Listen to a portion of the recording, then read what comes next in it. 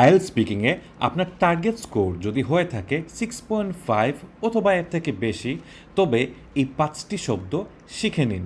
বিশেষ করে speaking part 2তে চেষ্টা করবেন যেন কনটেক্সট অনুসারে এই শব্দগুলো ব্যবহার করতে পারেন।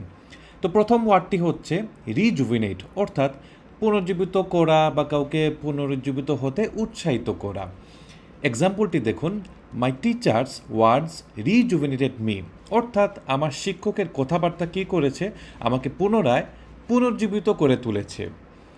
সেকেন্ড ওয়ার্ডটি হচ্ছে ডিমোরালাইজ, অর্থাৎ হতাশ বা ভেঙে পড়া। Constant criticism from his boss demoralized him, অর্থাৎ প্রতিনিয়ত তার বসের কাছ থেকে সে ক্রিটিসিজম পাচ্ছিল, যা তাকে মানসিকভাবে একদম ভেঙে ফেলেছে বা সে হতাশ হয়ে পড়েছে। 3 নম্বর ওয়ার্ডটি হচ্ছে মানডেইন, অর্থাৎ সাধারণ বা খুবই কমন কোনো বিষয়, এমন কোনো কিছু।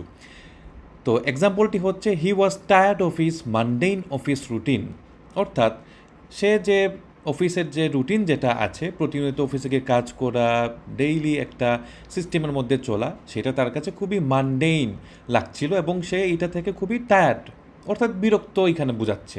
ঠিক আছে। 4 নাম্বার ওয়ার্ডটি হচ্ছে মনোটোনাস, অর্থাৎ একঘেয়ে। এইটিও মানডেনের মতো সেম। এখানে বোঝাচ্ছে his life became monotonous in London, অর্থাৎ লন্ডনে চলে যাওয়ার পরে সে হয়তো একটা রোবোটিক লাইফস্টাইল লিড করা শুরু করেছে। তার প্রতিদিন ঘুম থেকে সকালবেলা ওঠা, তারপর অফিসে যাওয়া, কাজ করা, খাওয়া দাওয়া, এর বাইরে সে আর কোনো কিছু কাজ করতেছেই না, অর্থাৎ তার জীবনের মধ্যে কোনো নতুনত্ব কিছুই নেই। এই জন্য তার লাইফটা কী হয়েছে, একঘেয়ে অর্থাৎ মনোটোনাস হয়ে গেছে। And last word is scrutiny, অর্থাৎ কোনো বিষয় ভালো করে খুঁটিয়ে দেখা। The police scrutinized his actions, অর্থাৎ পুলিশ কী করলো, তার বিভিন্ন কার্যকলাপ ভালো করে খুঁটিয়ে দেখলো।